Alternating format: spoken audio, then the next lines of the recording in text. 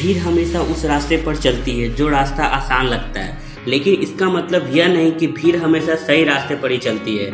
अपने रास्ते खुद चुनिए, क्योंकि आपको आपसे बेहतर और कोई नहीं जानता। आज की कहानी भी कुछ इसी तरह है, तो चलिए शुरू करते हैं। राम गोपाल शहर में नौकरी करता था और अपनी पत्नी के साथ वहीं रहता था।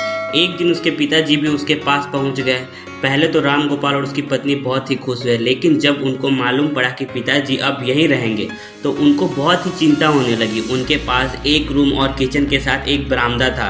रात को सब लोग डिनर बरामदे में ही करते थे। राम गोपाल के पिताजी कभी कुर्सी पर बैठकर खाना नहीं खाया था, इसलिए जब भी वो उनके साथ डिनर करते तो बहुत ज़्यादा खाना टेबल पर गिर जाता। कभी कभी तो डिनर से प्लेट गिर जाती और टूट जाती थी। कुछ दिनों तक यह सब राम गोपाल और उसकी पत्नी ने बर्दाश्त किया, लेकिन एक दिन उसकी पत्नी बोली, यह रोज़ रोज़ नहीं चल पाएगा। राम गोपाल और उसकी पत्नी ने अपने पिताजी के लिए लोहे का थाली बनवा दिया और उनको अब अलग किचन में ही बैठकर खिलाते थे और जब मन करता कुछ भी बोल देते, लेकिन बूढ़ा बाप क्या करे, चुपचाप सुनता रहता था। समय बीतता चला गया और एक दिन राम गोपाल के बेटे ने पूछा, आप लोग दादाजी के लोहे की थाली में क्यों खाना देते हैं?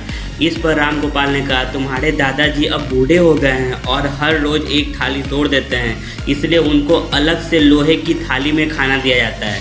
इसके बाद राम गोपाल के बेटे ने जवाब दिया कि जब आप दोनों लोग बूढ़े हो जाएंगे तो मैं आप लोगों के लिए इससे भी अच्छी लोहे की थाली लाऊंगा। यह सुनकर राम गोपाल और उसकी पत्नी को बहुत अफसोस हुआ। उसी दिन से उन लोग ने अपने पिताजी के लिए लोहे की थाली फेंक दी और सब लोग फिर से साथ में खाना खाने लगे।